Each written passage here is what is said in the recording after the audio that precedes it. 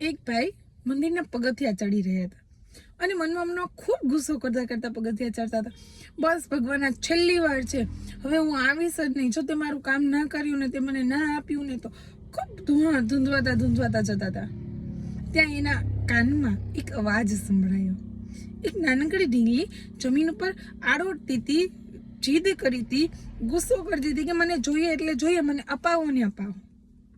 એના પપ્પા એને પ્રેમથી હસીને સમજાવતા હતા કે ના બેટા, એ ન લેવાય. એ હા થઈ જાય, તને લાગી જાય, તું કહે તો તને બીજું કાંઈ લઈ આપું. પણ પેલી ઢીંગલી તો જીદે ચડી હતી, ગુસ્સામાં ચીસ્સો પાડતી હતી.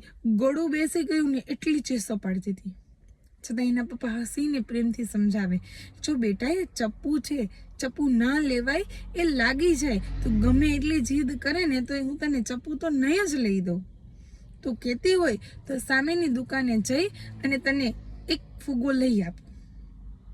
તોય ઢીંગલી જીદે ચડી હતી એટલે માનતી નહોતી, એ રડતી હતી અને એના પપ્પા શાંતિથી એની સામે જોતા હતા. ઢીંગલી થાકી એટલે રડવાનું બંધ કર્યું. પછી એના પપ્પાએ સામેની દુકાનેથી એક ફૂગો લઈ આપ્યો અને ઢીંગલીના હાથમાં આપ્યો. ઢીંગલી ખુશ થઈ ગઈ, હસવા માંડી. આ જોઈને પેલા ભાઈ પણ ખુશ થઈ ગયા. કેમ ખબર છે?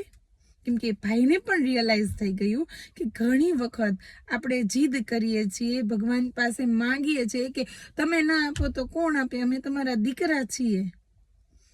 પણ ભગવાન, જેમ પેલા પિતા જાણતા હતા ને કે ચપ્પુ ન અપાય દીકરીને, એવી જ રીતે ભગવાન પણ જાણે છે કે એના માટે આ વસ્તુ સારી નથી, યોગ્ય નથી. એને આપીશ ને તો એ પોતે જ પોતાનું નુકસાન કરી દેશે. એટલે ભગવાન નથી આપતા. ભગવાનનું પ્લાનિંગ આપણા પ્લાનિંગ કરતાં બેટર છે અને બહુ સરસ છે. એટલે હંમેશા ભગવાનના પ્લાનિંગમાં વિશ્વાસ રાખવો. એ જે કરે છે ને એ યોગ્ય જ કરે છે એવો દ્રઢ વિશ્વાસ રાખવો.